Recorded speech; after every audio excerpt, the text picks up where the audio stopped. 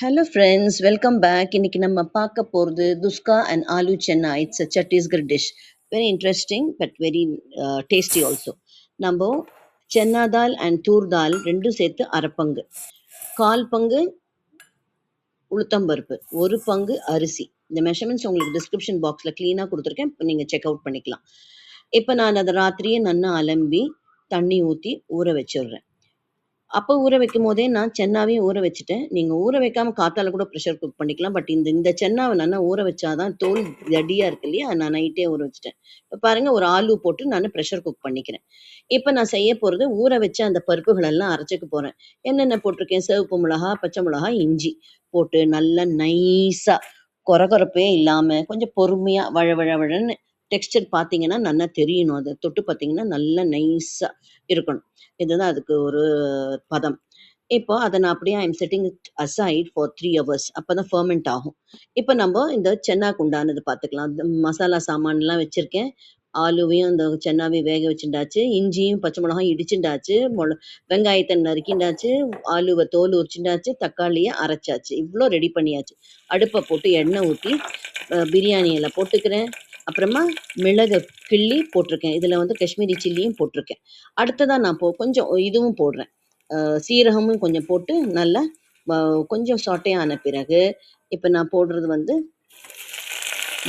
வெங்காயத்தை நறுக்கி வச்சுருக்கு இல்லையா, அது ஒரு 2 minutes உங்கள் இது நல்லா ஃப்ரை ஆகணுன்னா நீங்கள் ஃப்ரை பண்ணிக்கலாம். நான் அப்படியே சொட்டை பண்ணிவிட்டு டக்குன்னு இதையும் ஊற்றிட்டேன், தக்காளியும் ஊற்றிட்டேன். அரைச்சி வச்ச தக்காளியும் ஊற்றியாச்சு. இப்போ அடுத்ததாக இது ஒரு 2 to 3 minutes கழிஞ்சு நம்ம அசஃபட்டிடா, அதாவது பெருங்காயம் போட்டுக்கிறேன். ஏன்னா இது சென்னானால வயிற்று பிடிச்சிக்கும், கேஸ் ஃபார்ம் ஆகும். அடுத்தது டர்மரிக், மஞ்சப்பொடி, காரப்பொடி.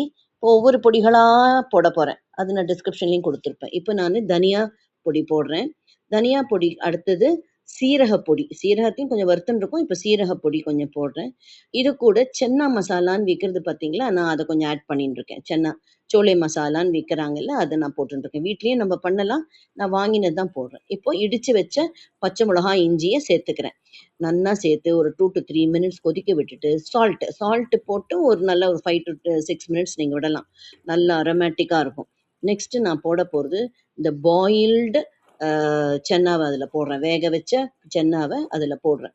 போட்டுட்டு இதை நல்லா ஒரு கிளறிட்டு, அடுத்தது பைண்டிங் ஏஜென்ட் வேணும் இல்லையா, இதெல்லாம் ஒரு மாதிரி நெத்துன்னு அப்படி இப்படி நிற்கிறது இல்லையா, இதை பைண்டிங் ஏஜென்ட்டாக எது கொடுக்கும்?